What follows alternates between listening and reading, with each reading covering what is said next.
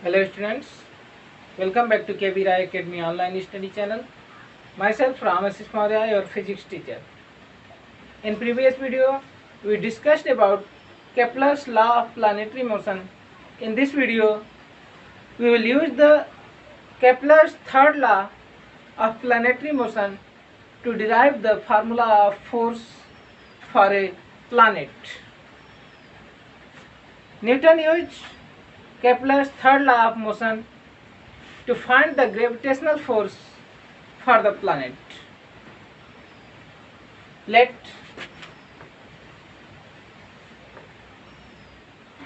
the planet of mass m and its orbital velocity is v. Let its orbit radius is r.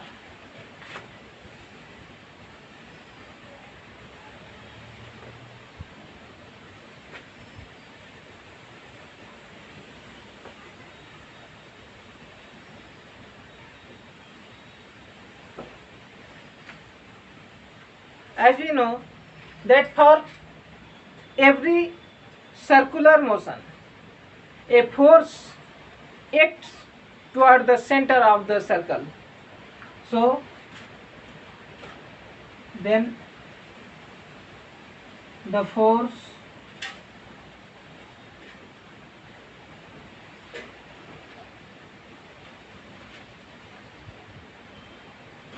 acting on the planet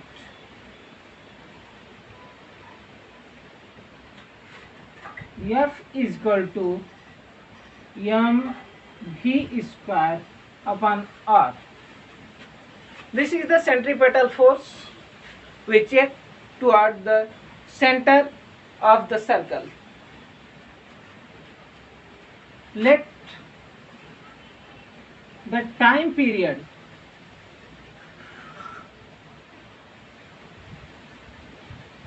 of the planet is t. So t is equal to 2 pi r upon v, because time is equal to distance upon velocity. 2 pi r, total distance covered by the planet, because it is moving at circle, so the perimeter of circle will be the total distance covered by the planet. So 2 pi r upon v, or this implies v is equal to 2 pi r upon t. Now we will substitute the value in this equation number 1.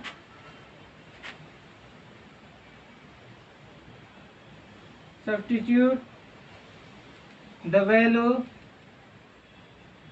in equation 1. So F is equal to m upon r. In place of v, we will put this one, 2 pi r upon t square, or F is equal to 2 square 4 pi square r square m upon r into t square. F is equal to 4 pi square r square m upon r into t square.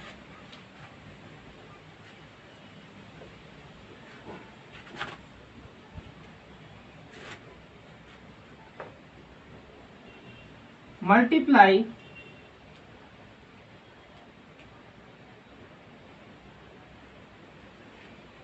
both by r.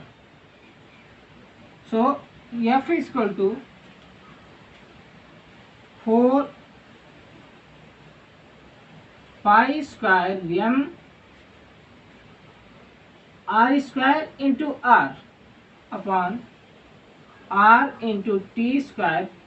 We are multiplying both part, upper and lower part, by r. So it will be f is equal to 4 pi square m into r cube upon r square into t square, or f is equal to 4 pi square m r cube, here r square upon t square. Now by Kepler's third law, this is constant. In Kepler's third law, the cube of the radius is proportional to the time period. So r cube upon t square will be the constant. This is also constant. 4 is constant. Pi is also constant. And m, the mass of the planet, will be also constant. So f is equal to, first we will write this one, 4 pi square m upon r square. This is k, or this is also constant. So f is equal to, f proportional to 1 upon r square. By this we can conclude that the force acting between the sun and the planet will be the inversely proportional between the distance of the sun and the planet. The force is inversely proportional to the distance between the sun and the planet. So by using Kepler's third law, we derived the formula of force, which is inversely proportional to the distance between the sun and the planet. That's all. Thank you.